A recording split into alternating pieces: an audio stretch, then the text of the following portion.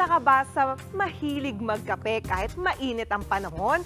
Nakatikim ka na ba ng kapeng banal o kapeng gayuma? Meron ding kapeng sa malamig. O di ba? Dinayo ko pa yan sa Amadeo, Cavite. Kaya tara, ride tayo dyan.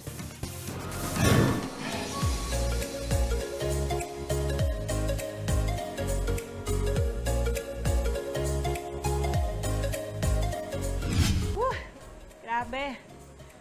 Napakainit na talaga ng panahon, pero tayo mga Pinoy, hindi pa rin magpapapigil sa pag-inom ng paborito nating kape.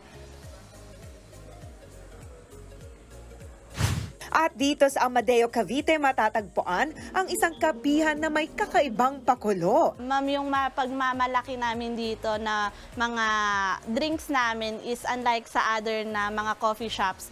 Yung mga siniserve namin na coffee is may story behind that po. Yung mga tawag namin sa kape, may mga pinanggalingan po siyang istorya.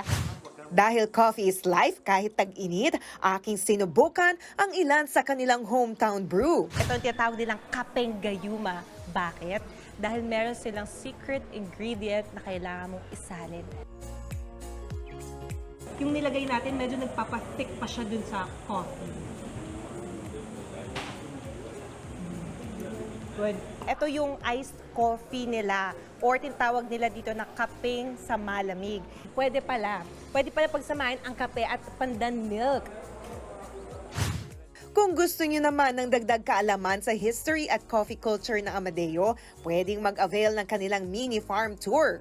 Dito po yung mga babies namin na coffees na ino-offer. We have here the Robusta section, the Excelsa section, the Liberica, and then the Arabica. Hindi lang yan, pwede ring matuto ng tradisyonal na pamamaraan ng paggawa ng kape. Ito po is ginagamitan po siya ng tinatawag po namin na pangbayo. Ganan niya lang, tas angat. Sorry, okay. Ganon. Apa. So dito naman sa pagsangag ay gaano katagal ito? Usually, ma'am, inaabot siya ng 40 minutes po. Depende sa roast level na gusto nyo. So pag ito, no? Yan. Ayun. Lalaki yung braso nyo dyan, ma'am. O, tamang-tama. Wala pa tayong workout. Ayan. Ito naman ay gaano natin katagal papakuluan para pwede na siya. Yan po, dito po ginagamit naming reference for brewing in this process po is 4 minutes, ma'am. Ito, ma'am, 1 cup of room temperature water. Ipupour lang po natin siya sa hot coffee, ma'am. Paikot lang, ma'am.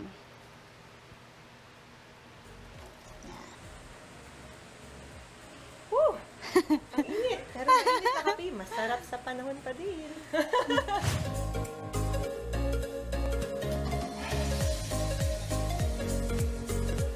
It was pretty educational. I think it is very helpful, especially to people like me who loves to drink coffee. Para sa akin pa, I feel like mas fresh yung coffee nila dito. Halata naman po kasi yung taniman is really here talaga.